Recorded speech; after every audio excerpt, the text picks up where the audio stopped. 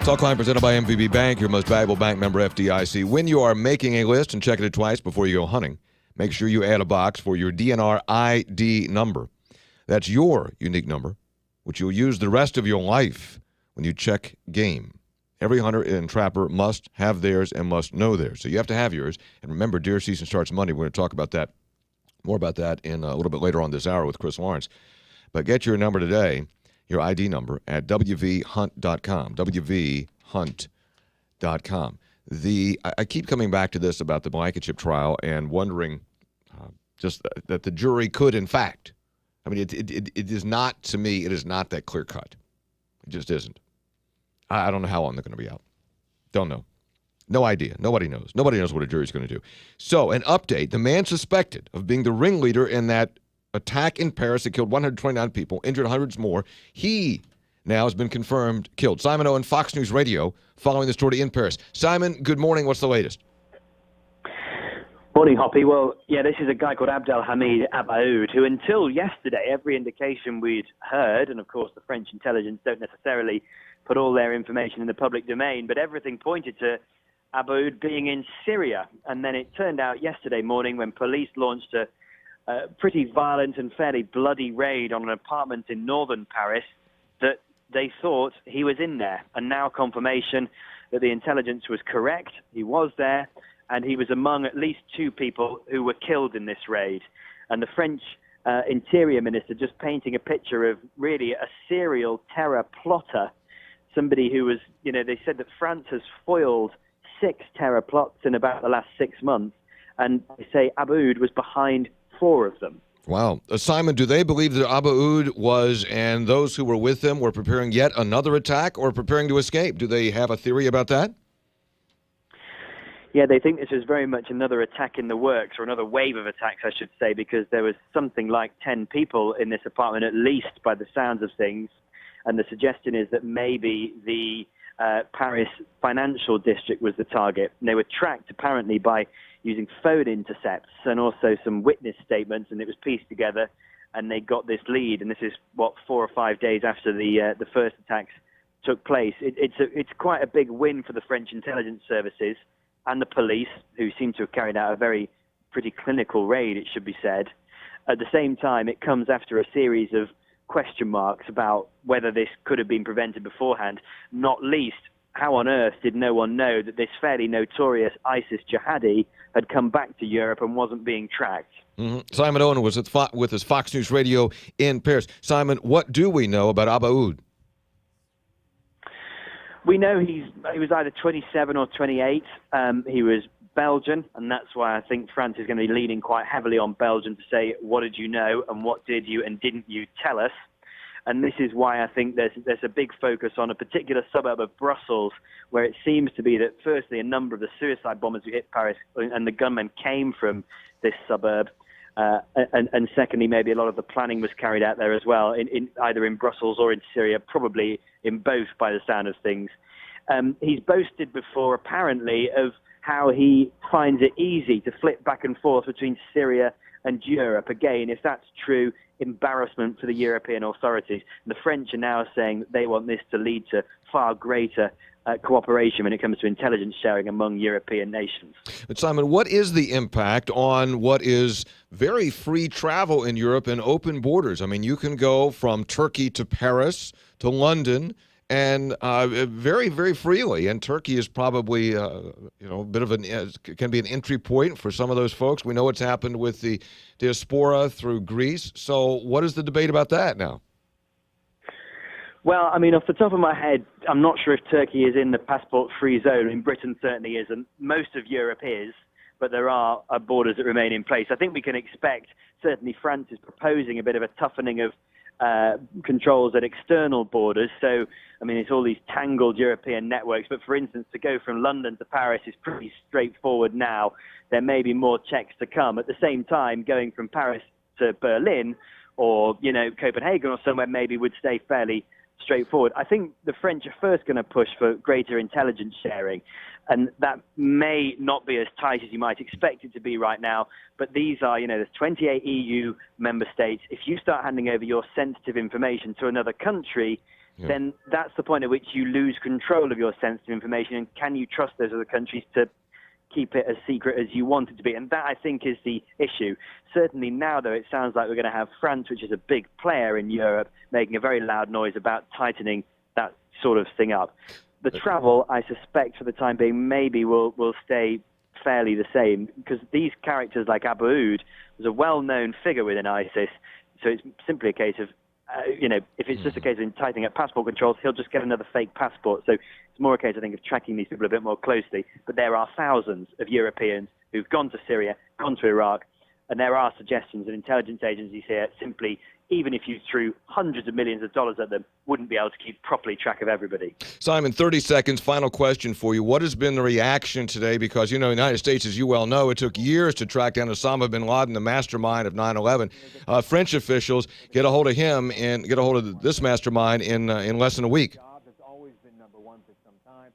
All right, we lost Simon there in Paris, but we appreciate his update. So they did, in fact, confirm this morning, the French officials did, that one of the individuals killed in that police action was, in fact, the ringleader of the attacks in Paris. All right. Meanwhile, coming up later, we're going to talk with West Virginia 1st District Congressman David McKinley, because the House of Representatives is voting today on legislation that would tighten up the background checks for every refugee from Iraq and Syria before they could be admitted to the United States. And this has, again, been a considerable discussion since last weekend. And the president said, no, you're picking on women and children. And others have said, well, there's a religious test in here. But so we'll see what the congressman has to say. But the House votes coming up later today on additional background checks for Syrians and Iraqis entering the country. That and more ahead here this morning. So more to come. This is Talkline on MetroNews. MetroNews is the voice of West Virginia. 10:30, let's get a news update. Check in with the MetroNews radio network and find out what's happening statewide this hour all across the great state of West Virginia.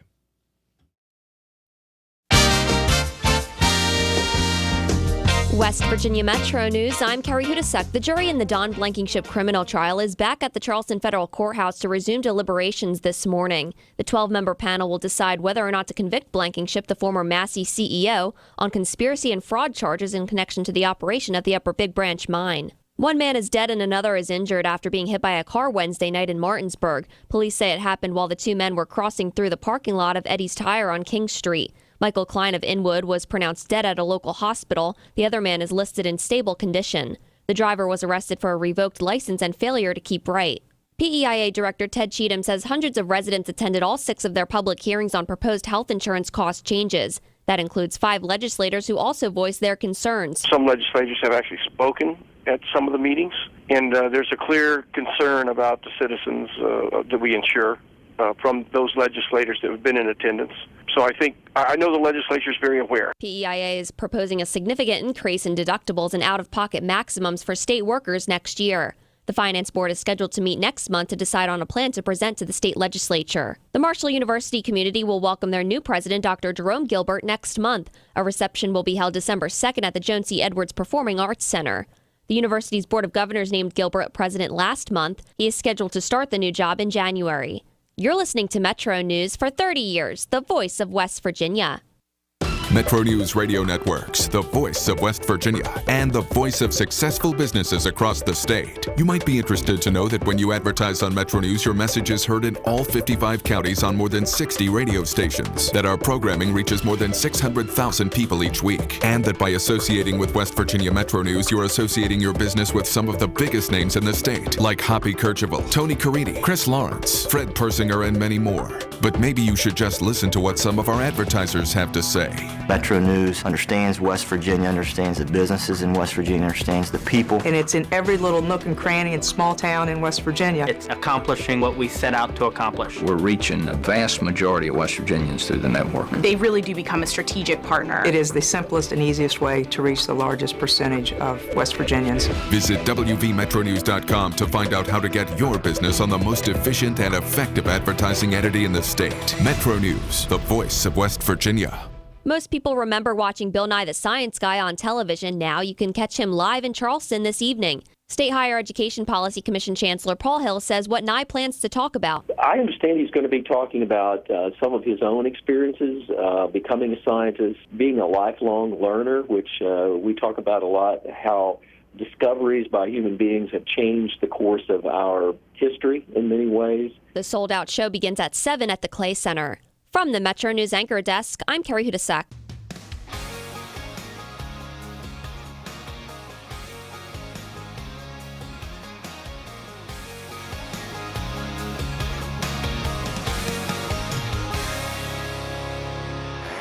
Talkline presented by MVB Bank, your most valuable bank member, FDIC. So there have been reports of two attempted abductions of 12-year-old girls in Morgantown in the last week. Morgantown Police Chief Ed Preston's with us.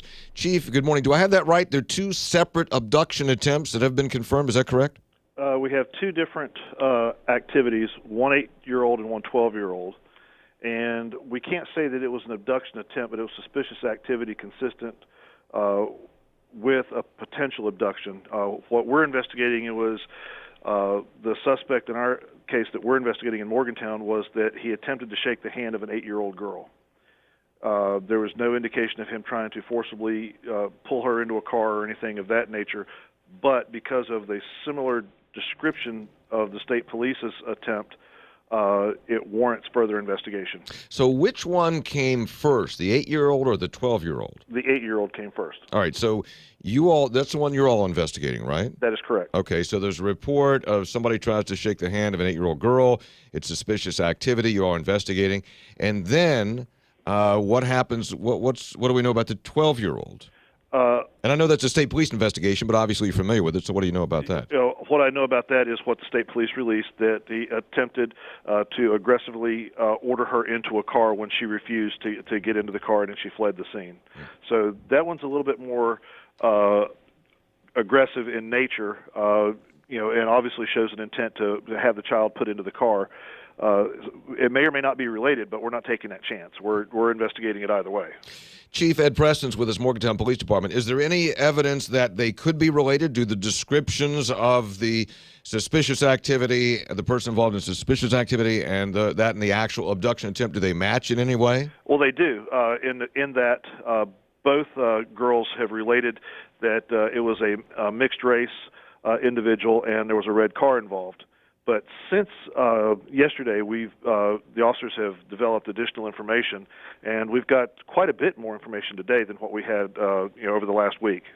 What do you have additional, Chief, that you could share? Because understandably, and I got a couple of emails yesterday, people say, what's going on here? Is there a kidnapper in the city and are my children? I mean, this is a very sensitive issue. What additional information can you share that would inform the public about this? Well, as of right now, what we're able to do is the car in color, or the car in question, is a dark red in color car, so that again narrows it down. But more importantly, we have a potential a partial license plate now that we did not have, and what we have is a personalized license plate where the last three characters of the license plate would be LLY, and so that again that definitely narrows our scope down and gives us a lot more to look at. But on top of that, we also have a better description of the suspect. Not only do we have now a mixed race male, but at the time last week, he had a goatee, spoke with an accent, was wearing a black T-shirt with white letters and blue jeans, but very distinctly, he's got a visible tattoo on his left forearm. Okay, so we have a mixed race individual. Male has a tattoo on his left forearm. The vehicle is dark red, and it's a vanity plate. Do you know if it's West Virginia? Any idea? We do not know what state it is. Again, remember, we're talking with children. Right. So their perceptions are not quite as acute, but this is pretty good information that we now have. Okay, so dark red vehicle, and it's a vanity plate, and the last three letters are, in fact, letters LLV. You're sure about that? LLY. I'm sorry, LLY. LLY. Yeah, and that's what we're investigating right now. And those are the leads that were developed this morning And again, we're moving forward with that. This is new information as of 8 a.m. Okay. So dark red vehicle, license plate on the last three letters are LLY, mixed race individual, tattoo on his left forearm. And Chief, again, I don't want to be alarmist, but people are concerned about this, but these are being taken very seriously. It's not like, well, a kid misunderstood or something like that. I mean, you all are convinced this is somebody with ill intent in both instances? Well, even if the child misunderstood, we're going to find out. The who, the what, the where, and the why. Even if it's something that was taken out of context, we're still going to find out who it was and what the circumstances are. We can't take. We're talking about safety of children. You never underestimate and you never take for granted. So that's where we and the state police and everybody else are at. We're taking it as a very serious potential threat, and we're going to investigate it. Morgantown Police Chief Ed Preston's with us. And on that, Chief, I know, again, I had a concerned parent reach out to me yesterday and said, well, we did not find out about the encounter of the individual with the 8-year-old until there was an encounter with the 12-year-old, which was apparently taken a little more seriously. So the question was, why wasn't the public informed about the incident involving the 8-year-old? Well, a couple of things happened. One, it wasn't reported immediately when it happened. It was one of those things where the child tells the parent thinks about it, and then an hour or so after the fact then says, well, this is what they told me, and we only had partial information. And then the follow-up information deals more. And so it's as information has become available and as I've become aware of it, we put the information out there. Okay. So now you're still searching. You all and the state police, all authorities, searching for this dark red vehicle. It has a license plate. It's a vanity plate, and the last three letters are LLY. Mixed race individual, male, tattoo on his left forearm, correct? That's correct. All right. Chief, thank you very much. I appreciate you coming on. All righty. Have a good one, Hop. All right. So that's what we have on that. Don't want to be an alarmist. Just want to keep you updated on that. Awkward transition. Looking for a new adventure? Explore the Monongahela National Forest, or the MON, as they like to call it, where more than 1 million acres of breathtaking scenery is available. It's also a perfect destination for any outdoor enthusiast. Home to favorites such as Spruce Knob, Dolly Sods. I love Dolly Sods. The MON, well, it's the isolation. You go up there and it just feels very isolated. Spruce Knob, Dolly Sods, the MON offers visitors 23 campgrounds, 800-plus miles of trails, numerous lakes and rivers. For more information, go to WV.com. That's the website. Go to WV.com or call 800-225-5982. 800-225-5982. I have some political news. Should I do that now? Check my notes here and see where I am on this. Let me do... Okay, I'll give you the political news now. No, I'll give it to you after the break. All right, after the break, some political news. That's coming up. Stay with us. Wait, this can't be right. If you bank with MVB, they pay you to use your debit card? Who approved this? That's right. With MVB's Checking with Cash Back, we pay you to use your debit card. What's more, we give you 2% cash back on purchases when qualifications are met. Open an account online today at mvbbanking.com or visit one of our convenient local branches. MVB, your financial life made easy. Member FDIC. Would you go to a dentist for joint replacement surgery? No. Would you go to the barbershop to get your prescription filled? Goodness, no. Would you ask your preacher for advice on how to fix your toilet? Of course not. Then why would you trust some guy down the street who gives you the cheapest bid to remodel, repair, or even build your home? You need a licensed professional contractor who knows what they're doing. It's your home. You have to live there. Why settle for anything less than the best? Your dreams built by the best. Contact the Home Builders Association of West Virginia for a list of professionals in your area. Go to hbawv.org today. This message brought to you by our marketing partners, Lowe's of North Central West Virginia, Brick Street, 84 Lumber, Federal Home Loan Bank of Pittsburgh, ProBuild, SJ Neathawk, Valcon, Windcor, and West Virginia Housing Development Fund. Your dreams built by the best. The Home Builders Association of West Virginia. Go to hbawv.org today. The event you've been waiting for is here. The Northside Chrysler Jeep Dodge Ram Truck Black Friday Blockbuster Sales Event. Northside's pulling out all the stops with huge incentives and ultra-low percentage rates. Buy any 2015 Ram 1500 truck and get 0% financing for 75 months and up to $4,000 in rebates. Yes, I said $4,000 in rebates. Heard in Northside Chrysler Jeep Dodge Ram Trucks, your central West Virginia destination for savings, or visit on the web at northsidewv.com. This is Talkline on Metro News. For 30 years, the voice of West Virginia.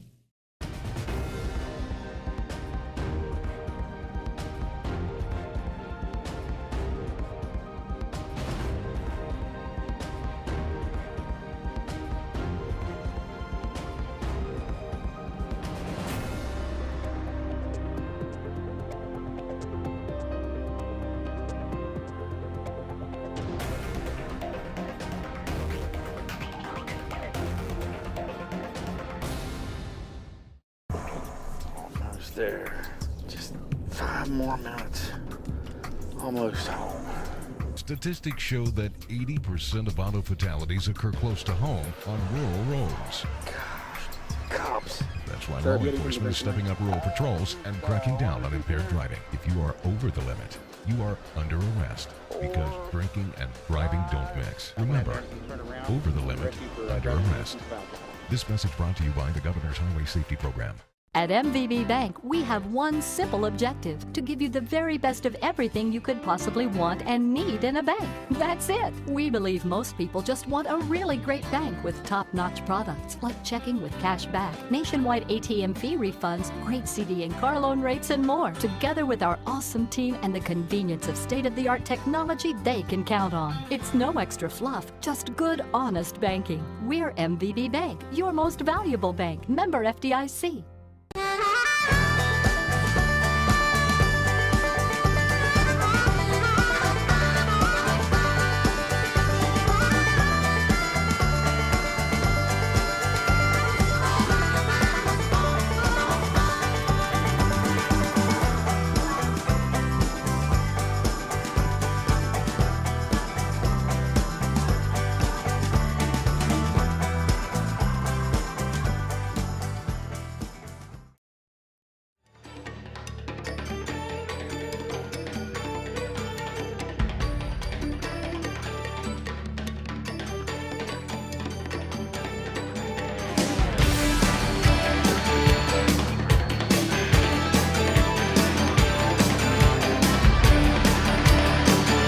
Talkline presented by MVB Bank, your most valuable bank, member FDIC. So, as I promised, some political news. We'll get to Chris Lawrence and deer season in just a minute, but some political news is that a veteran state senator, Bill Laird, who represents West Virginia in the Senate in the 10th senatorial district, and that 10th senatorial district is, what is the 10th? Fayette. The 10th is Fayette, Greenbrier, Summers, Monroe. Fayette, Greenbrier, Summers, Monroe.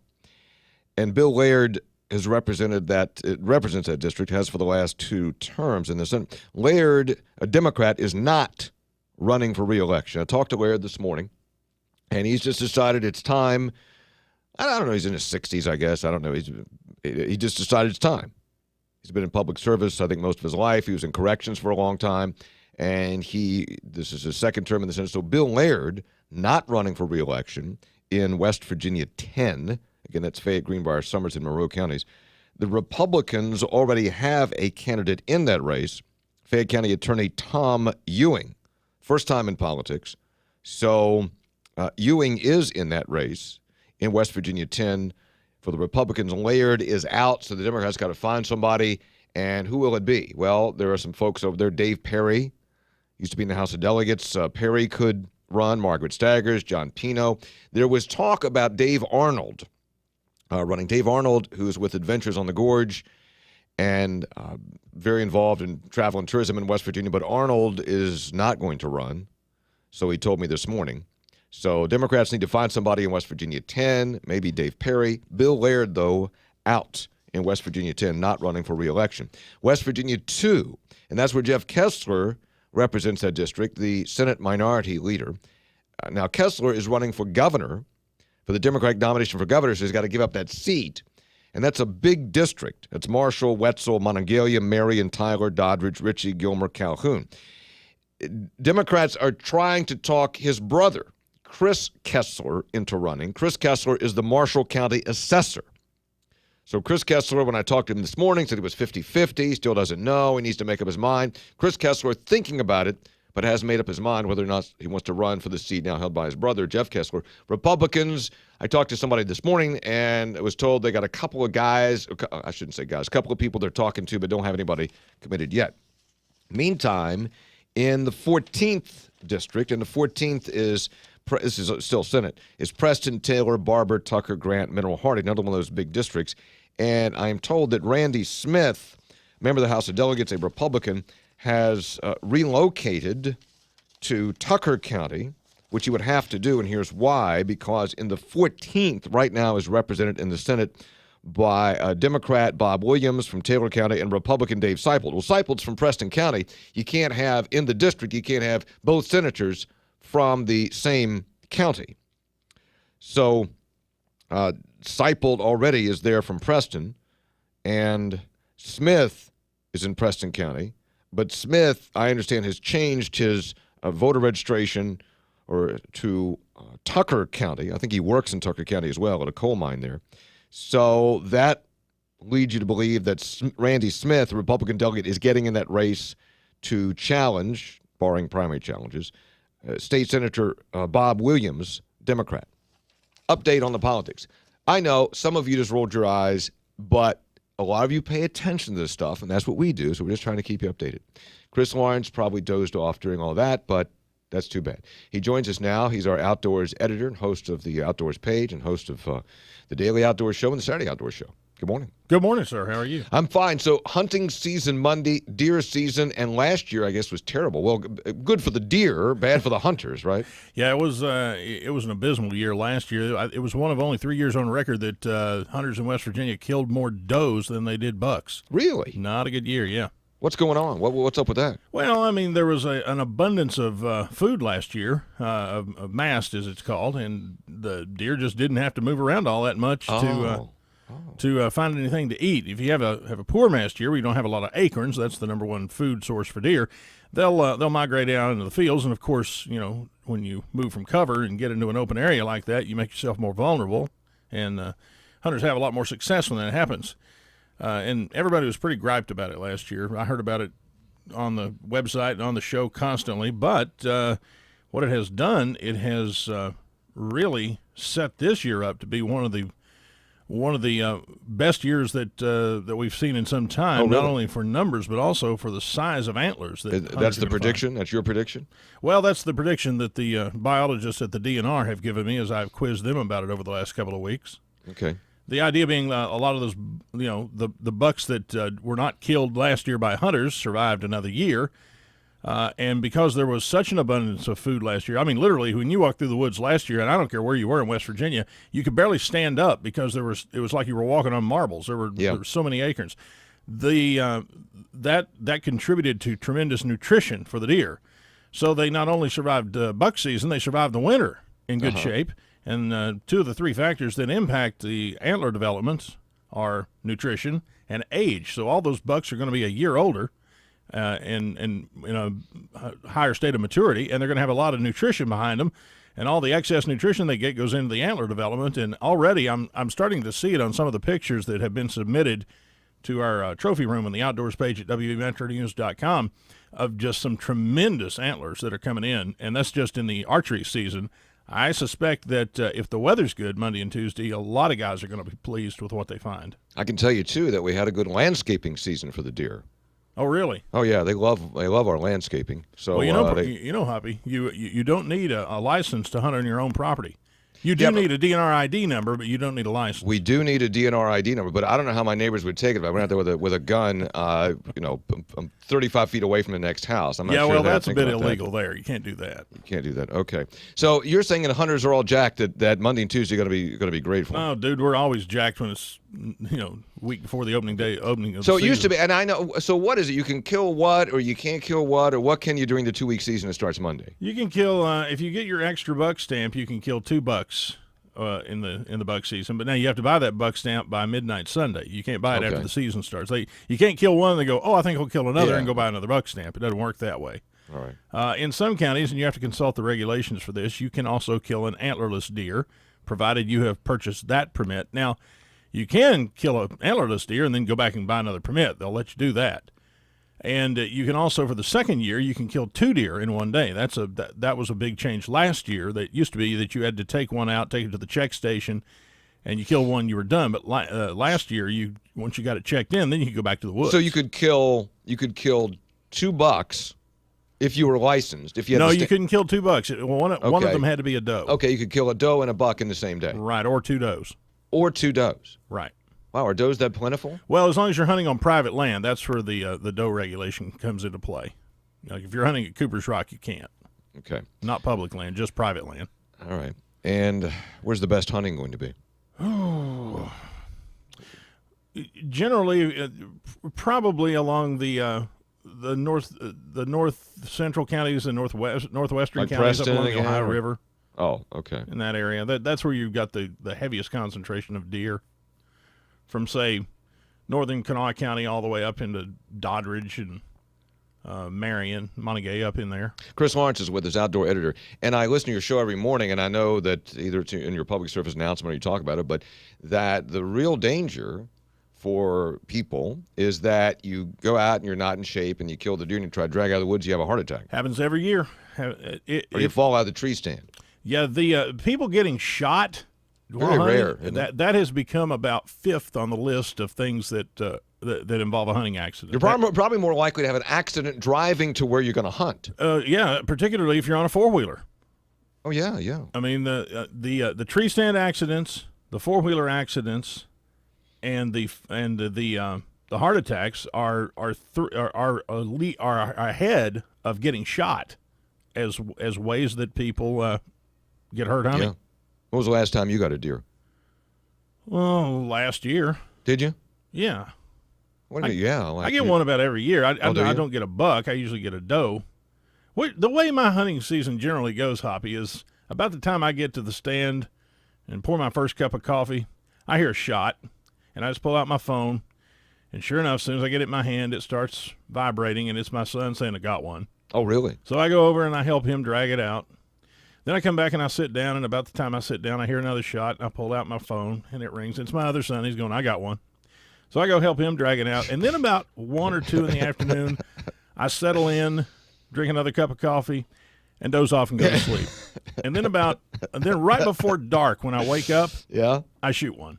Oh, okay. Well, you know what your day is. And I call my boys, and I say, y'all need to come help your old dad out. What about this? When do you open your can of Vienna sausages? Oh. That's a must, isn't it? Well, that and a pepperoni roll. Yeah, okay. Yeah. I usually go with the pepperoni roll because it's much for the reason it was invented. You can eat it with dirty hands, and it's compact, and you can mash it up, and it still doesn't hurt it when you put it in your pocket or whatever. All right, good advice. Chris Lawrence, outdoors editor. Follow him, and, of course, check out the outdoors page at wvmetronews.com. Good hunting. Be safe. Thank you, sir. Thank you, sir. We'll be back. This Saturday, the West Virginia University Mountaineers travel to Kansas for another Big 12 matchup. Join MetroNews for the best, most listened to game day coverage. The pregame fun starts at 9 a.m. with the Jeep Gold and Blue Countdown, followed by the Sports Brunch. Game line kicks off at high noon. Then postgame analysis begins at 3 with the Gold and Blue Wrap-Up, brought to you by the West Virginia Oil and Natural Gas Association. Don't miss game day coverage at its best, beginning Saturday morning at 9, right here on Metro News, the voice of West Virginia. Hunger, injustice, poverty. We see it, but what can we really do? Where is the hope? The hope is in you, and Catholic Charities West Virginia can help you extend hope, grace, and mercy to the most vulnerable in our communities. They're calling all people of goodwill to serve our brothers and sisters mired in poverty, burdened with disease and injustice. Join with Catholic Charities West Virginia and change a world. Visit CatholicCharitiesWV.org because the hope is in you. You're listening to Talkline on Metro News. For 30 years, the voice of West Virginia.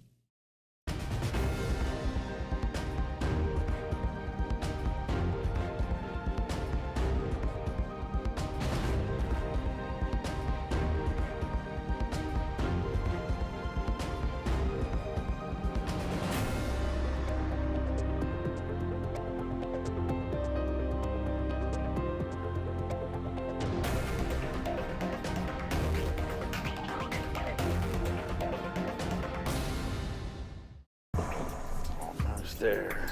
Just 5 more minutes. Almost home. Statistics show that 80% of auto fatalities occur close to home on rural roads.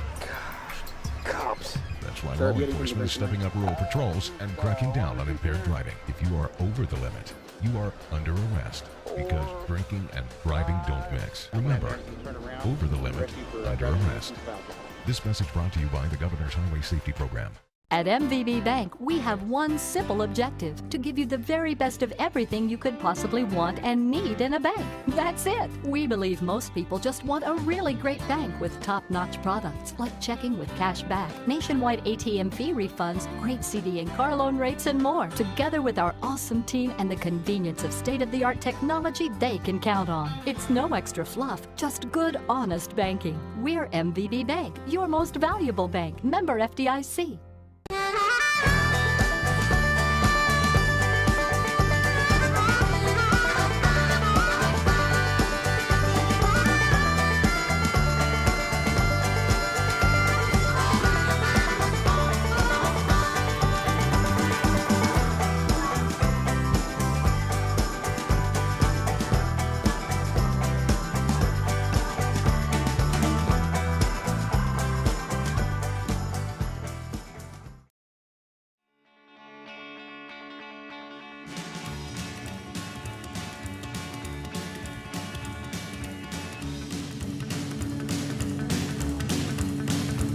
Talkline presented by MVB Bank, your most valuable bank. Member FDIC. Tex Hoppy. I'm curious why Massey didn't shut down the mine if it had that many violations. Well, because the mine was producing a heck of a lot of very valuable coal and making a lot of money.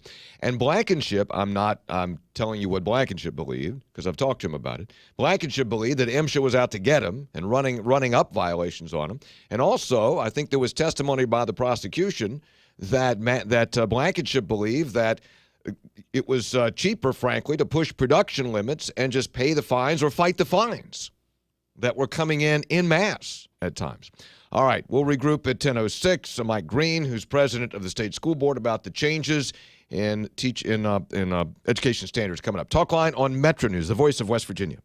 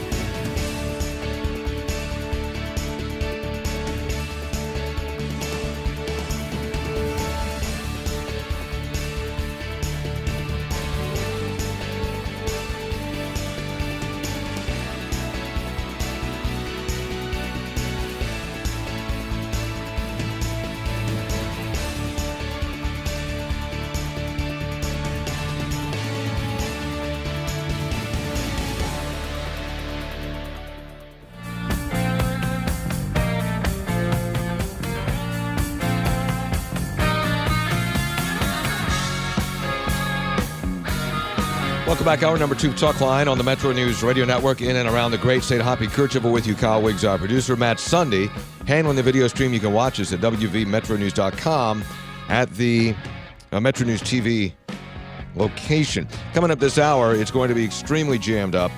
In just a little bit, we'll talk about these hackers, this website. They're called Anonymous, and they're trying to disrupt the social media aspect of ISIS. So we're going to talk about that. Also this hour, 1st District Congressman David McKinley, the House of Representatives, votes today on legislation that would prevent refugees from Syria or Iraq from coming in unless there was additional scrutiny given to them. So we'll talk about that with Congressman McKinley. Also, is the West Virginia legislature going to take up right to work in January? We'll find out what House Speaker Tim Armstead says about that. But as we have told you and kept an eye on, the State Board of Education, there are signs at least, the Board of Education, Superintendent Dr. Michael Martirano, and legislative leaders are closing in on a compromise to settle the controversy over Common Core education standards. The board and Martirano are moving to, quote, repeal and replace. That's the phrase they're using. Repeal and replace the current standards for reading, language arts, and math, K through 12. They're called the Next Generation Standards, and they're based on Common Core standards. And those are controversial because opponents fear, among other things, it's like a federal takeover of education, and there are other parts about Common Core they don't like. The legislature earlier this year came close to an outright repeal. That touched off a dispute with the board. The board then went out, Martirano went out and said, okay, give us your input. And took a lot of public input over 3 months, came back, redid some of the standards. And now they're doing a repeal and replace. Mike Green is president of the State Board of Education. He joins us on Metro News Talkline. Mike, good morning. How are you? Good morning, Hoppy. I'm fine. How are you? I'm well. Thank you for coming on. Mike, there are right now, executive staff of the House and Senate are doing a side-by-side to see what the differences actually are between the proposed new standards and the standards that are in place that appear to be so controversial. Why should West Virginians who are concerned about Common Core believe that these standards are in fact different, unique, and West Virginia standards? Let me first say this, Hoppy. I think the standards that we had in place before, what we call the next generation standards, were outstanding standards in the first place. Okay. But as you said, Dr. Martirano and staff and our partners at WVU, who were really the folks who did the review for us over the last 90 to 120 days, looked at every one of those standards, and we said, well, where can we improve them? You can always improve things. So we tried very hard first to simplify things. You and I and Dr. Martirano have always had this conversation about how can we convert a lot of this education speak into plain English. Right. So it was a concerted effort to do that so the public was absolutely clear as to what these standards are and what they say and what they mean. So we did that. We also made sure that it was crystal clear to the public that the key issues that kept coming up during our spotlight review and the issues that were discovered by WVU when they were talking to and listening to all the stakeholders was the issues related to very simple things like cursive writing. Do we or do we not teach them in our school? And we do. It was in the standards. It just wasn't as clear and didn't pop out. We were also very concerned about the issues related to multiplication tables or times tables. Again, they were in the standards. Once again, we wanted to make sure that the public understood that as well. At the same time, we wanted to make sure that we continue with the rigorous concept as well, to make sure that these standards were not watered down. An example of that, we made sure that calculus was specifically pointed out as an available course for our students. Again, that was there, once again, wanted to make these things clearer. So I think we've done a great job. Kudos to WVU, to Provost Joyce McConnell, Dean Gypsy Denzine and her staff, and the folks over at Reed College under Professor Gia Pressgrove. But most important, you know, Holly, this is the thing that I think it's really important to point out. It's the kids that really did all of the research at the Spotlight. And that really dovetails into the conversation about standards, because what they did is they took the concepts we're trying to prove to people are important to standards, like critical thinking, collaboration, and communication, and they used that in their report that they gave to the board last week. And that's what this standard is all about. It's not about the mechanics of education. It's about the critical thinking and the collaboration and communication. And no one can convince me that the kids in West Virginia aren't capable of doing that. Mike, Mike Green is with us, who's president of the State Board of Education. But Mike, you've clearly seen the criticisms that are still there among those who have the strongest objections to anything related to Common Core, saying you've put lipstick on a pig. What do you say to that? I find that, first of all, objectionable. Well, by the way, that's my phrase, but I used it as it was hyperbolic. But I'm saying that they're just saying it's the same stuff. You just called it something else. Yeah, I don't believe that at all, Hoppy. I mean, there's just so many ways you can say things, and I think we've done a great job. I think the department and the staff at the department, along with WVU, pointed out the areas that needed to be clearer. There are some substantial changes. We, meaning the board and the public, still has 30 days to weigh in on some of the changes that they see. But there's just a finite number of ways you can do things and say things.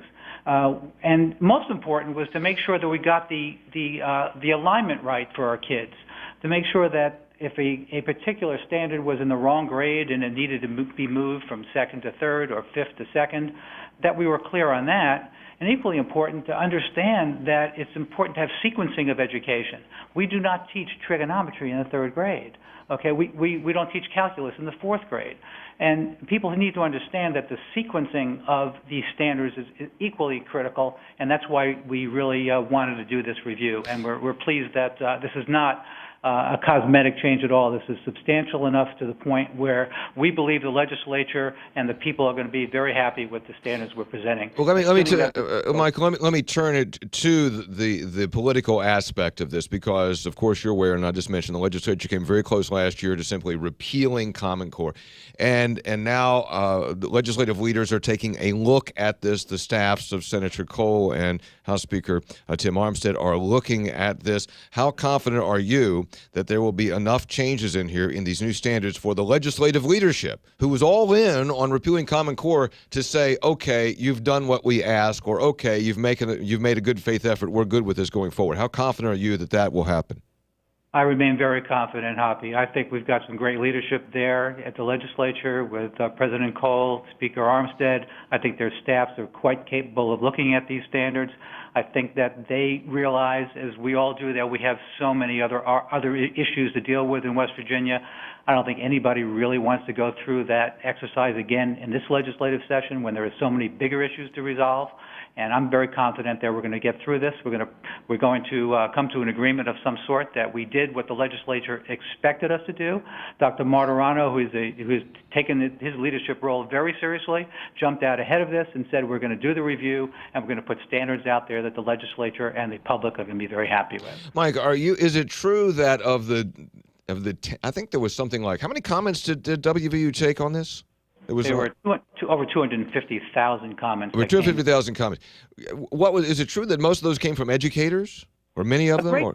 A great deal did come from educators, Hoppy, but bear in mind that many of the educators also are people who have children in our system. Yeah. So that has to be taken in mind also. And but we had a very broad brush of people who participated in the standards review, and we're pleased with that. Mike Green, President, State Board of Education. So I think too there is some sense, and I know this is a very emotional issue. It's a very hot issue.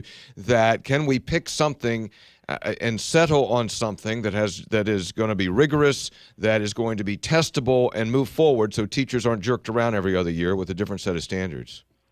Yeah, we take that very seriously. We treasure our teachers. We expect so much from them, and the last thing we need to do is burden them with more changes every single year.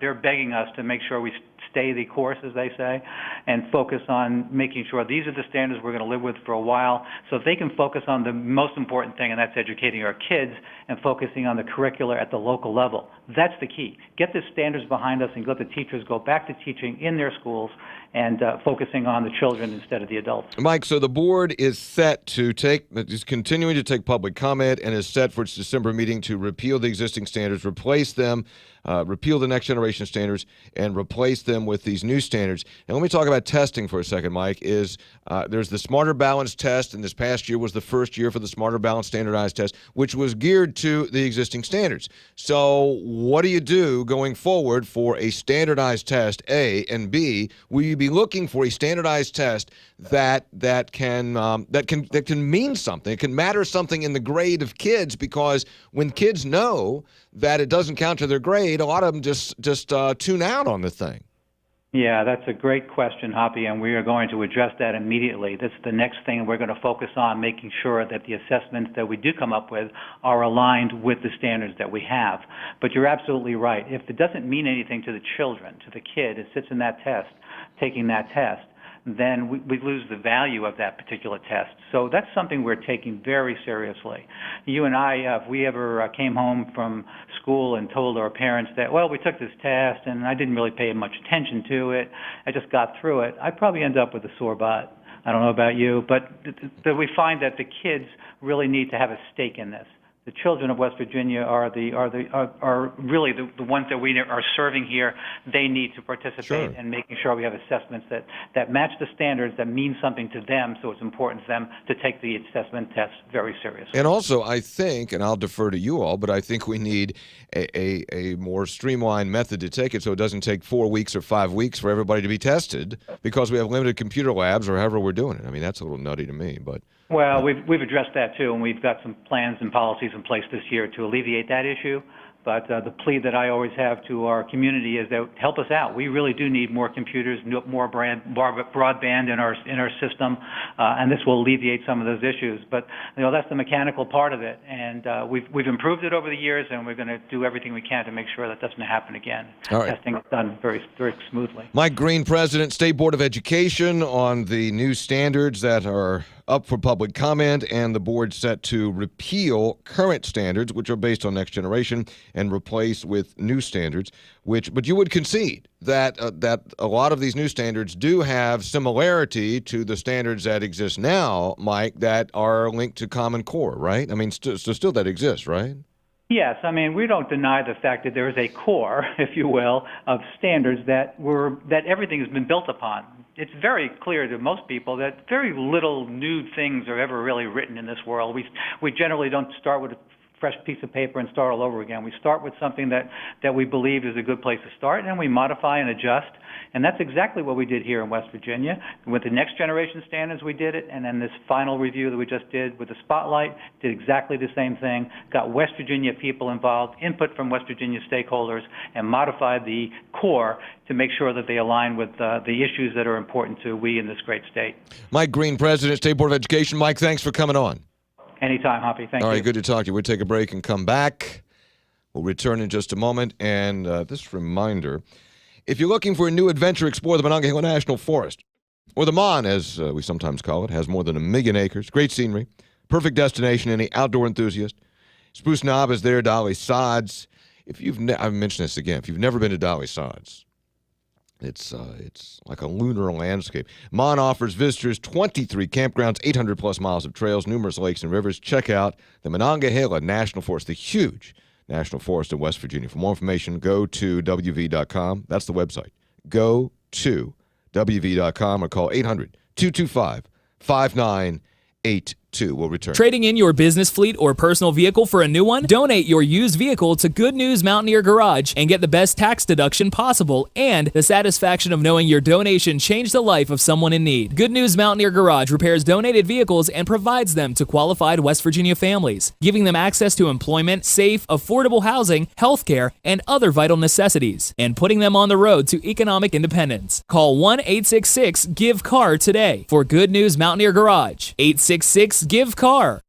Is your business or organization struggling when it comes time to tell your story? After all, your story is what makes you unique. Your story is what makes potential clients and customers draw themselves to you. Unfortunately, oftentimes, those stories aren't told and businesses and organizations remain mired in mediocrity. At Pikewood Creative, we produce videos and commercials in a way that make people take notice. If you need some visual help, then visit us at pikewoodcreative.com. This is Talkline on MetroNews. For 30 years, the voice of West Virginia.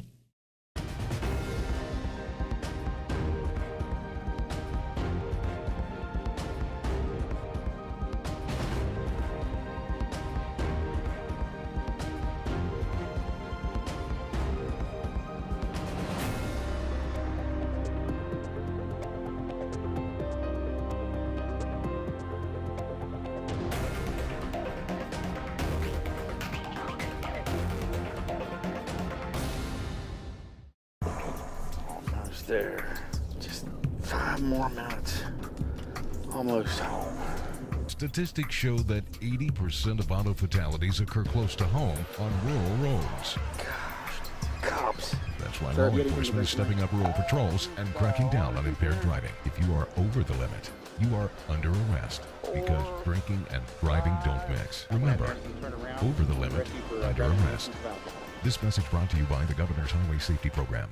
At MVB Bank, we have one simple objective: to give you the very best of everything you could possibly want and need in a bank. That's it. We believe most people just want a really great bank with top-notch products like checking with cash back, nationwide ATM fee refunds, great CD and car loan rates, and more. Together with our awesome team and the convenience of state-of-the-art technology they can count on. It's no extra fluff, just good, honest banking. We're MVB Bank, your most valuable bank. Member FDIC.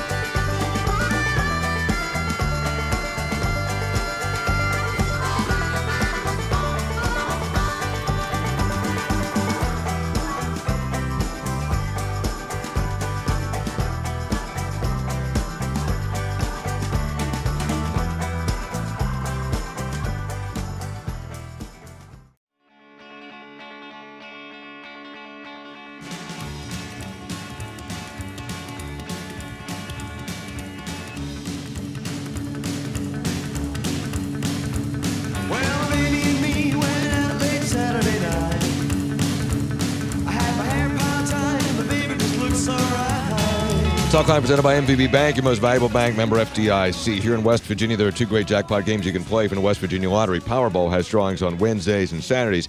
Mega Millions has drawings on Tuesdays and Fridays. The Powerball jackpot is $80 million. The Mega Millions jackpot is $20 million. Please play responsibly. Here's what's going to happen with this, I think, from a legislative perspective, because there are a couple of key things here with these standards, is that the State Board of Education did, in fact, go through WVU and do a good job of going out and getting public comment on the existing standards and made changes in the standards, and importantly is going to repeal the standards that are there now and replace with the new standards. Now, the folks who are just absolutely convicted against Common Core are going to say, well, it's just the same stuff. You're just changing the name. There's nothing different here.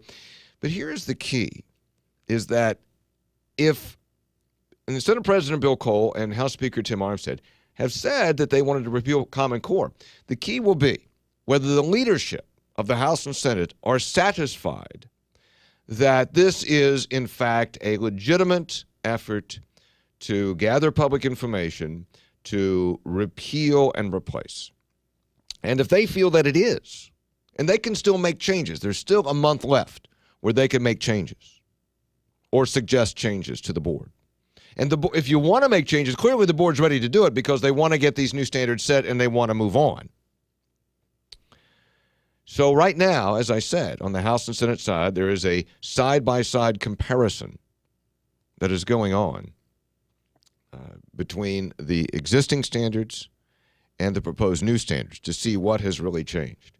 And that will go a long way in determining whether the legislative leaders will accept that or whether they will buy into a move during this next session to replace or whether to just start over or do whatever. But at some point you got to pick something and you got to go with it. I mean, you can't go through this every year. It just isn't going to work to be going through this every year and be changing it. And also, they really need to fix the testing as well. Now, you may have heard there is this group that is out there, and it's called Anonymous. Because it's anonymous, nobody really knows who it is. But they are hackers that they've been around for about 10 years, but they've just recently declared a cyber war on the Islamic State in retaliation for what happened in Paris. Jessica Rosenthal, Fox News Radio, is following the story. Jessica, what is Anonymous?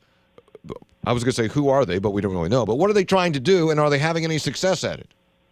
So Anonymous and other cyber groups have essentially declared war on ISIS. Now, the people that I actually spoke with, who I was actually pretty surprised that they were willing to go on tape with me and talk with me. They wouldn't give me their real name, just their online like Twitter handle name. Okay.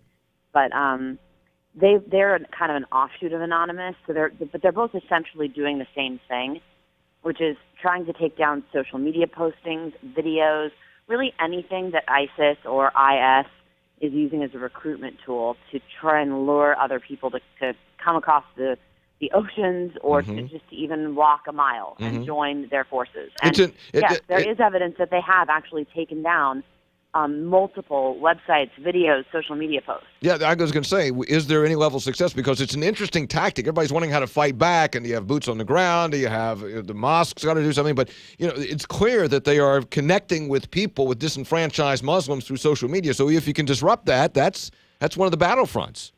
Right. So some people are saying that a group like Anonymous isn't being as careful in taking off the proper websites, that they end up taking off sites and social media postings that belong to perfectly innocent people. The Ghost Security Group says that they're a little bit more discerning than all that. But yes, the individual I spoke with said that they've taken off thousands and thousands of videos and different websites. So they believe they're being effective. I know Anonymous is proud of, to a certain extent, their work, or they wouldn't be doing it. So yeah, they do believe they're effective, and I know the Ghost Security Group, they get to law enforcement. They feed stuff to law enforcement. Oh, really? And to verify that, they said they worked through a particular individual, a counterterrorism expert named Michael S. Smith II. So I actually ended up speaking with him too, and he said that it's his understanding that the stuff he gives to law enforcement is valuable. So some of these groups are just very willing to do work on their own time and feed it to the cops. Yeah, Jessica Rosenthal's with us, Fox News Radio in Los Angeles. And if you don't recognize the name Anonymous, you'd recognize the mask because they all wear their emblem, not they all wear, but the emblem on their website or on their communiques is the Guy Fawkes mask from the movie. Correct? Right. Remember the what is it? The 5th of November. Yeah. That's obviously their signature. Really, I mean, it depends on the group what kind of signature you have. And Anonymous, for all intents and purposes, has quite a backstory. I mean, not everybody loves Anonymous. Right. And it was interesting to hear them and others sort of say out loud, "We're going to war with you, ISIS." I mean, they have so many. The Ghost Security Group guys that I spoke with, they feel much more centralized. They feel Anonymous just by its very nature and how it operates is very decentralized. It's not, there's no boss, so to speak. But with the Ghost Security Group, it's a lot more, centered around sort of a hub. They have a director. They have people even willing to talk to reporters. So it's a different beast altogether. Yeah. And I know that Ghost Security Group started this year after the Charlie Hebdo attack. Yeah, it's an interesting approach. Jessica Rosenthal, following that story, Fox News Radio. Jessica, thank you very much. We appreciate the story of Anonymous and what related groups are doing to try to fight back. This is Talkline on MetroNews, Voice of West Virginia. 11:30, let's get a news update. Check in with the MetroNews Radio Network. Find out what's happening statewide this hour all across the great state of West Virginia. West Virginia Metro News. I'm Chris Lawrence. Separate accidents have left 2 dead and 2 injured in Kanawha County. The first happened about 8:45 last night. A trucker was adjusting the defrost on his dashboard when he was distracted and lost control. His semi crossed the median of I-77 at Sissonville and struck a passenger car head-on. The driver, 20-year-old Cody Lynch of Charleston, was killed. The trucker and a passenger in the car are hospitalized. A second fatality in Kanawha County from early this morning. A man lost control of his SUV on Kanawha State Forest Road just after 1 o'clock. Deputies say the vehicle hit a pole and flipped twice. The driver was ejected and killed. He's identified as 37-year-old Abraham Floyd of Charleston. A Morgantown fireman recovering after he was hit Wednesday night on a call. Authorities say the firefighter was outside of the truck responding to a fire alarm on Richwood Avenue when he was struck by a passing motorist about 11:30. The car's driver, Yasmin Gantos of Morgantown, is charged with DUI. Sentencing for a former sheriff in the Eastern Panhandle for selling weapons has been pushed back. Dan Ross reports from Martinsburg. The sentencing of the former Berkeley County Sheriff's Department member Dennis Streets has been postponed until next week. 54-year-old Dennis Streets was initially due to be sentenced last month for taking 13 department-owned weapons and selling them to Glock Cop LLC between 2008 and 2013. Defense attorney Craig Manford made a motion for a new trial scheduled for today, saying closing arguments by the state questioned his client's character. As of yesterday, Craig Manford's office wasn't able to comment on why the sentencing had been delayed further. Streets is due back in court on the 25th. You're listening to Metro News, the voice of West Virginia.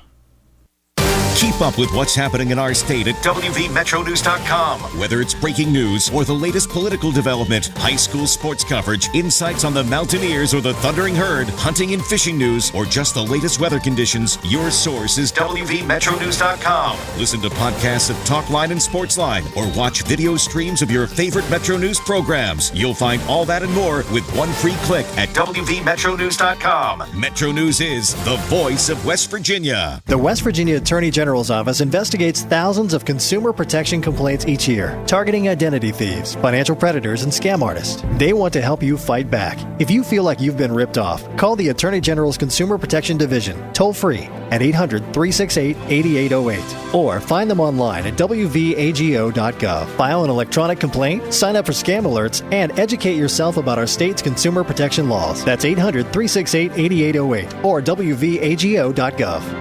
PEIA has wrapped up its meetings with state workers and retirees across the state, and Director Ted Cheatham says they heard from a lot of them. We've always seen, 200 to 300 in a lot of these meetings, and we maybe got to 300, 350. Most of those they heard from were not happy with the plan to cut $120 million in benefits next year. The Finance Board will meet in December to make final decisions on the cuts.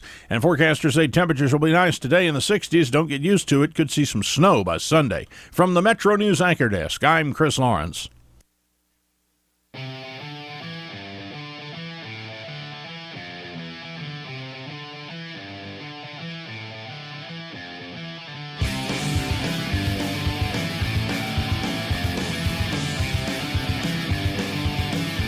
Talkline presented by MVB Bank, your most valuable bank, member FDIC in Washington. There's an effort to slow down the immigration, if you will, of Syrian and Iraqi refugees, and the House is voting today on that. Congressman David McKinley joins us in just a few minutes on that legislation, very controversial legislation. President very much against it, so we'll talk about that here momentarily. But meantime, we've talked some this week about right to work and the fact that WVU's Bureau of Business Economic Research came up with research, very thorough research, that pointed out some positives, economic positives, that if West Virginia would pass right to work. Question is, do lawmakers want to do that? Does the Republican-led House and Senate want to do that? House Speaker Tim Armstead joins us on Metro News Talkline this morning. Mr. Speaker, good morning. How are you? Doing fine. How are you, Hoppy? You're fine. Thank you very much. Tim, do you want to pass right-to-work legislation in West Virginia? Well, I do, and I think a lot of the members of the House do, and the Senate. But I will say this. I mean, I think that there's always been the belief, I believe within our caucus, that this should be a decision that the worker makes for himself or herself, that they decide whether they want to join a union or not, that it shouldn't be mandatory. And that's what we're talking about. But there were some questions about what the impact would be economically on jobs, on our economy. And so that's why we used our new rule that we passed during this past session, the job impact rule or economic impact rule, to ask WVU to do an independent study of this issue. So that's what has been undertaken over the summer. And the results, as you've mentioned in your column and on the air, show some positive economic impact if we do adopt this. So I think that has answered a lot of the questions that members of the House and Senate have had about this. It also showed, as you said, it showed 0.4% additional job growth. So whatever job growth we have, whatever that number percentage would be, it would be increased by 0.4%. And you say, well, that's not that much. Well, it is. It particularly since, as you mentioned, job growth's been around 1%. So it's almost a 40% additional job growth. But the other thing it showed, and this is where I think people had some concerns, is that, and what some of the labor unions that are fighting this have said, is that it would decrease wages. And this study showed that that's not the case. There was no discernible impact And I'm not saying it's going to increase wages, but it doesn't decrease wages either. So I think that dispels one of the other concerns. The study specifically says, by WVU, that says our results fail to identify a statistically reliable relationship between right-to-work policy and the rate of change in real wage and salary rates. And I know, Tim, that the Republicans in the House and Senate, policy-wise, are very much in support of right to work. However, let's go from policy to politics. Do your members, does a majority of your members want to have this fight? Because it's going to be a fight. Oh, it will be a fight, but and I can't tell you that we have sat down since this study and polled it and decided, yes, we have X number of members that have been in favor of it, but there was already a large group of members who were in favor of it, and I think this study will encourage others to be supportive of it, but we'll have to see. I think the support is there, but that's something we're continuing to gauge. But the other thing is the old saying that's been used many times is good policy makes good politics, and I think that if we look at this and believe that this is something that we can do to put West Virginians back to work, and it will have a positive impact on our economy, then I think that is what we go out and say to the people of West Virginia, if we do this, here's why we did it, and I think they will agree with us. In fact, there's been some polling already done that I think was done in connection with your station that said that the majority of West Virginians do support right to work. And again, let's go back to the general principle. Should a person be polled, you will, if you want to work in this job, you will be a member of a union. I don't think so. I'm not anti-union. I've never been anti-union, but I think that, and I don't think our members are, but I think they do believe that when you have the choice to join or not join, that actually adds additional responsibility to those union organizations, and they actually, I would believe, would be more responsive to their members if there's not basically, and I know this word captive audience has been used, but that's truly what we have here with unions is they have to join. And so how does, to me, there's not necessarily the incentive to be responsive to them and do a good job for them. As a point of edification, Tim, is that the labor always points out that based on a Supreme Court decision of some years back that it can't be mandatory, but there's sort of a de facto you have to belong to the union. So it's a little bit of a parsing of language that goes on there. But anyway, I mean, but you know and I know that labor, if you go to repeal right to work, that labor unions will absolutely throw down the gauntlet. I'm not sure you run the gauntlet, or they'll absolutely throw down the gauntlet on this. And do your members, the Republicans, have the stomach for that kind of fight? Because that's what it's going to be. My members have taken some incredibly strong stands on a number of issues in the 2015 session. I'm very proud of them, and they moved the needle. They moved our state forward, and I think that's what their primary interest is. What can we do to move our state forward? What can we do to put people back to work? I mean, we are in a crisis mode in terms of our economy. We're in a crisis mode in terms of our budget. And if we don't take strong steps, we cannot continue to do the same things we've done before and expect different results. So I do feel there's a strong sentiment within our caucus that we need to take bold steps this time. I'm not going to say there are X number of votes for this because that's what we're still talking to our members about. But the people who have been talking with me have indicated to me that they believe that, yes, we may have there'll be, I'm sure, a lot of rhetoric out there. There'll be rallies and things, and that's okay. It's part of this process. But I think they're willing to make the tough choices we may have to make in order to move our state forward. That's what they ran on in this past election, and that's what they're doing. Tim, so I feel strongly that they want to do what's right for West Virginia. Tim, finally, we've talked about this for a couple of days, and we talked to Mike Green earlier this hour about the State Board of Education saying they gathered public input about the Common Core-based standards. They say they've made changes. They're going to repeal and replace with new standards in December. I know that staffs of your office and Senator Cole's office are going line by line to see what the changes are. What do you have any opinion yet as to whether what the board did satisfies the concerns that you and others have had about the current Common Core-based standards? Well, I'll say this. I mean, I think you're exactly right. We're in the process now of reviewing it. I'm very pleased that they've taken a stance that they're going to move off this position, that these standards are correct and right, and it's where we need to go, because I think we've felt, and the majority of West Virginians have felt, that they're not the right standards. So I'm pleased that they've taken this step. That's a positive move, and I congratulate them on doing that and believe that's the right move.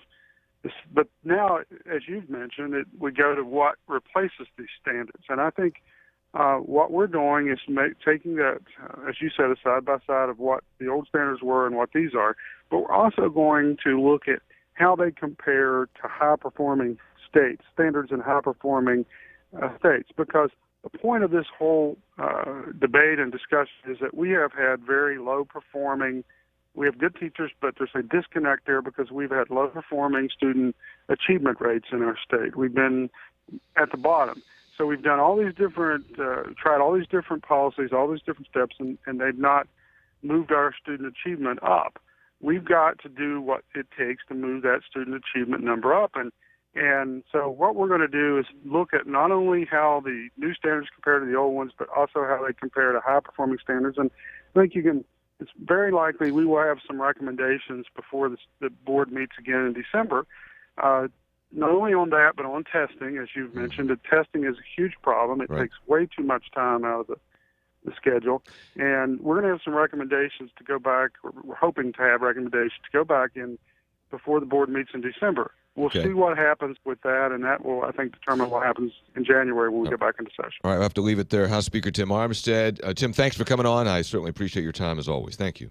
Thank you, Hobby. All right, good to talk with you. When we come back, Congressman David McKinley, because the House is voting, if they've not already voted, on a bill to tighten up the review of refugees from Iraq and also Syria coming into this country. We'll find out what happened with the congressman next. At MVB Bank, we try to pique your interest. So listen up. With our most valuable checking with interest account, you'll earn high interest on your transactions with no monthly fees and nationwide ATM refunds when qualifications are met. With our MVB app and mobile deposit, that's just the beginning. MVB most valuable checking with interest. Now that's highly interesting. Open an account online today at mvbbanking.com or visit one of our convenient local branches. MVB, your financial life made easy. Member FDIC. Imagine a scale and you're trying to balance it. Too much on one side and it sinks, just like our state's economy. When jobs are centered on one or two industries, the balance is off, our economy sinks, and good-paying jobs disappear. West Virginia needs a variety of industries, including fossil fuels, small business, and high-tech jobs to bring balance. The High Technology Foundation works to bring those high-tech jobs here. Ask your legislator if they're helping the High Technology Foundation bring balance to our economy. From the West Virginia High Technology Foundation. This Saturday, the West Virginia University Mountaineers travel to Kansas for another Big 12 matchup. Join MetroNews for the best, most listened to game day coverage. The pregame fun starts at 9 a.m. with the Jeep Gold and Blue Countdown, followed by the Sports Brunch. Game line kicks off at high noon. Then postgame analysis begins at 3 with the Gold and Blue Wrap-Up, brought to you by the West Virginia Oil and Natural Gas Association. Don't miss game day coverage at its best, beginning Saturday morning at 9, right here on MetroNews, the voice of West Virginia. You're listening to Talkline on Metro News. For 30 years, the voice of West Virginia.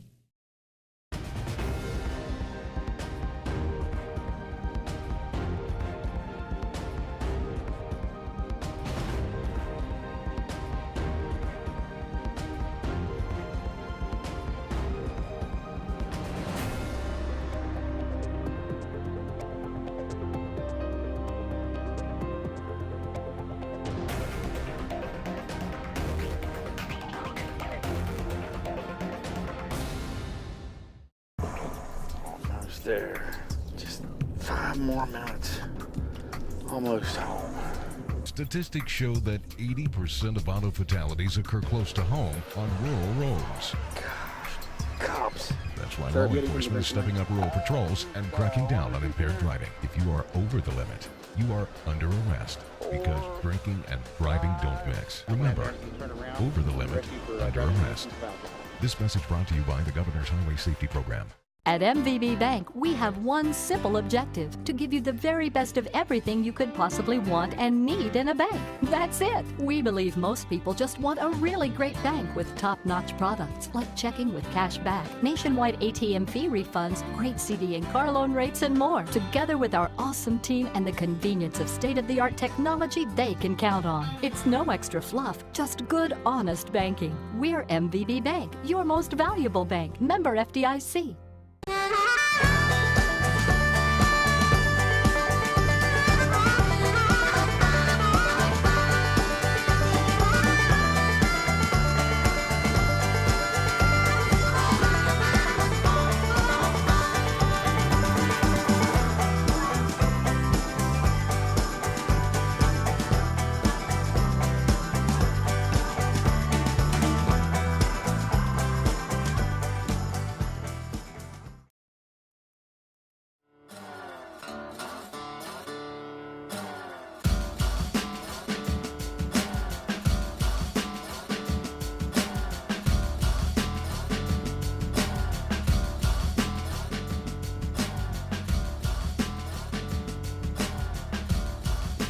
Talkline on MetroNews. So the House of Representatives voting today on legislation that would prevent any refugees from Syria or Iraq from being admitted to the U.S. unless the FBI, Department of Homeland Security, and Director of National Intelligence can certify to Congress that each refugee does not pose a security threat. Congressman David McKinley, West Virginia's 1st District, on with us. Congressman, good morning. A, do you support the bill? And B, has it been voted upon yet, or is it scheduled for today? Of course, I support the bill, and we're going to be voting on it at 12:30. We had to set the rules by which the debate is taking place right now on the floor, and that will be voted on. It's going to pass, Hoppy, and it should pass by a very large vote because what we're saying, and I think that's what you tried to say in your opening remark. We're just trying to put a pause until we can get a little bit better comfort level about this for national security. So it may be a pause that lasts for 6 months. It could be a year until this is in effect. Some way to give some control over individuals coming in here that we're heretofore we've not done that. So that's all this is. This is just a pause until we can get our security situation taken care of better than we had in the past. Congressman, let me read to you a statement by a couple of lawmakers from the Democratic Party. They said, quote, refugees from this region specifically already undergo a far more rigorous screening process than anyone else seeking admission in this country, including background checks, national security vetting, biometric identifiers, and interviews. The House Republican legislation would immediately shut down all refugee resettlement from Syria and Iraq, possibly for many years, and severely handicap future refugee resettlements around the world. That's what the Democrats say. And do they have a point? Of course not. There's nothing. It's only a 5-page bill. There's nothing in the bill that calls for the shutting down of the settlements, those that could be located in Jordan or wherever they are, where these individuals. Look, this is a very difficult situation, and some people are trying to politicize this. This is not. This should be, and I hope it'll be a very strong bipartisan vote. But there are some people here that want to ignore what's happened all around the world. This is a dangerous world we're in right now, and Paris just found out with their open border concept that they have what happened to them. So we want to be careful about what happens here. Just yesterday, as you know, in the paper, there was a discussion that Honduras had just captured, or they're holding now, 5 Syrian individuals that had their plans to make their way into through Texas into America. We're being probed, and all we want to do is let's slow this process down and find out how we can approach it. Hoppy, this is just the first step. There are going to be series of other actions on it. We just had provided this past week a list of 32 recommendations from a counterterrorism task force that's been working to try to figure out how we're going to address this. But the most poignant issue, Hoppy, would be to go back to the FBI director who acknowledged. We just had a classified briefing with him, so I can't tell you what he said at the classified briefing, but he said pretty much the same thing publicly, and that we can't. We have they said they acknowledged they have gaps. There are no records in Syria now about people's crime. So everyone that's having any question about this should just understand, where do you call if you want to find out a background check on an individual? There are no records now in some of those communities. They've been leveled, destroyed, and the only one that's occupying those communities now are ISIS individuals. And I don't think we want to call them and find out whether or not these are bad actors or not.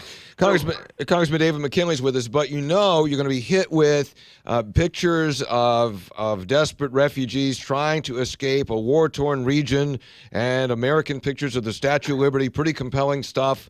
I mean, you're going to get beat up on some of this stuff by some folks. We've been beat up on other things, but this is not prevent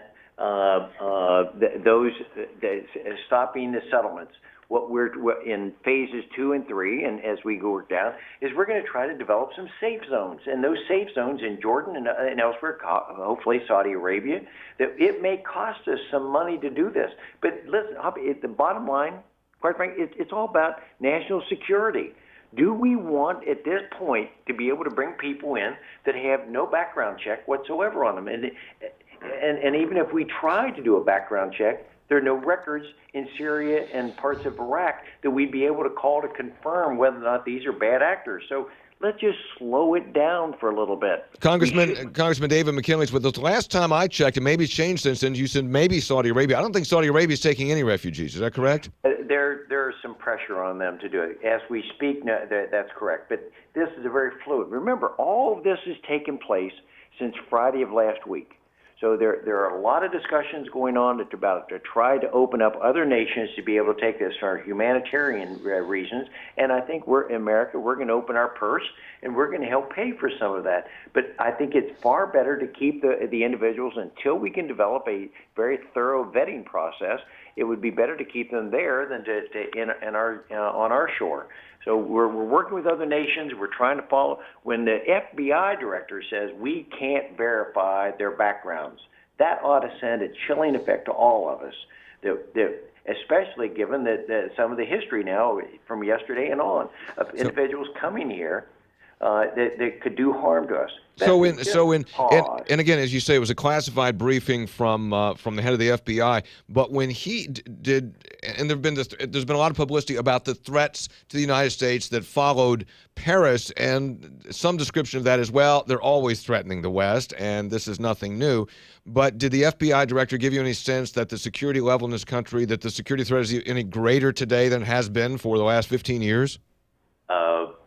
That's classified. Okay. Well, okay. He's just he's trying to tell us, I think, and that's why in the bill it says very, very clearly, you have to determine the information on his background has to be sufficient to determine whether these aliens are a threat to the security. He has to sign off on it, but his public statement where he says. My concern is that there are certain gaps that he didn't want to talk about publicly in the data available to him. Okay.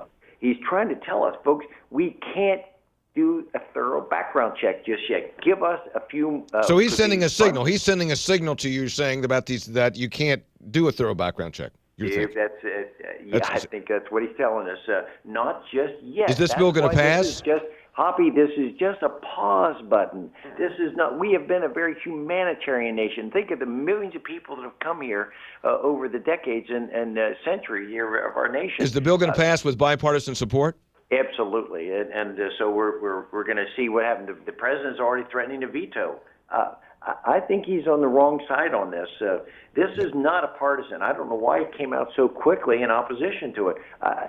I'll be curious. I hope that it's going to be a very strong support from the folks on the other side, because this is not a partisan. All we're saying is, Poppy, again, just hold back for a few minutes. Let's catch our breath until we can come up with a plan how we're going to assimilate people into this country. Congressman David McKinley, appreciate you coming on. We'll watch with interest the vote at 12:30 today. Thank you, sir. We'll be right back. Come on, man. We're going to be late. We need to leave. Yeah, we need to hurry. Let's go. Please slow down. You are entering a work zone. Oh, man. They're working on the road. We're not going to make it. You are approaching a work zone. Please slow down. What is that? It's just the GPS. Don't pay attention to it. Slow down, slow down, slow down. When you speed in a work zone, you are endangering your life and the lives of others. Slow down. It's the law. Be a smart driver. Don't speed in work zones. The safety message from the West Virginia Department of Transportation Division of Highways, saving one life at a time. Hello, I'm your neighbor. Your sister. Your son. Your granddaughter. I was broken, hungry, helpless and hopeless. Catholic Charities reached out to me in hope, faith, and love. They were there in my time of need, and they'll be there for you. No matter how old or young you are, Catholic Charities of West Virginia offers hope, help, and love for all ages. Visit CatholicCharitiesWV.org and find your hope today. Catholic Charities West Virginia is an equal opportunity employer and service provider. This is Talkline on Metro News. For 30 years, the voice of West Virginia.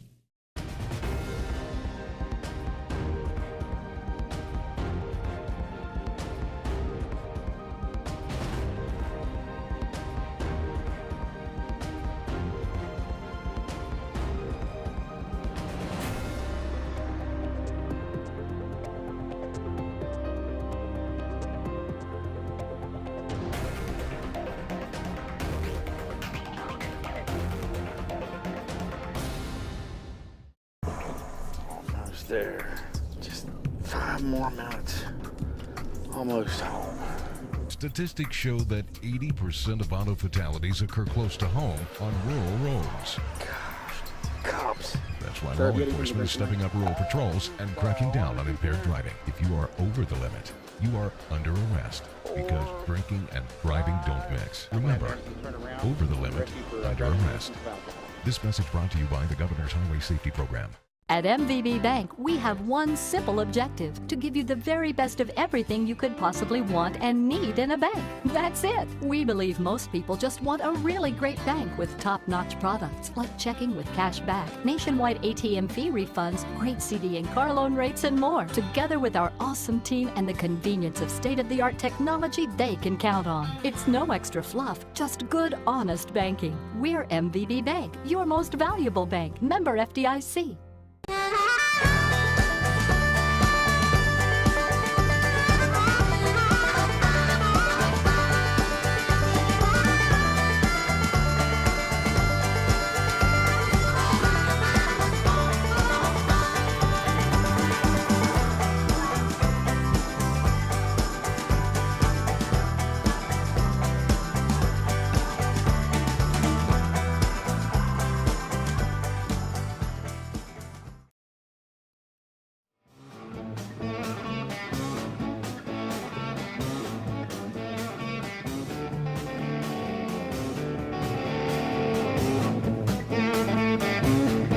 Talkline on Metro News. Talkline presented by MVB Bank. Update on the Blankenship trial. Public radio tweeting that the jury passed a note to the judge and said, "How long do we deliberate? We cannot agree." Defense moved for a mistrial, and the judge sent the jury back, or sent the note back, and said, "Keep deliberating." Once again, public radio tweeting that the jury passed a note to the judge, "We cannot agree. How long do we have to deliberate?" Defense moves for a mistrial. No action on that by the judge. Judge sent a message back to the jury. Keep deliberating. That points toward a hung jury unless they can work it out. Judge says keep working on it. More at WVMetroNews.com. We'll be back tomorrow morning. This is Talkline on Metro News, the voice of West Virginia.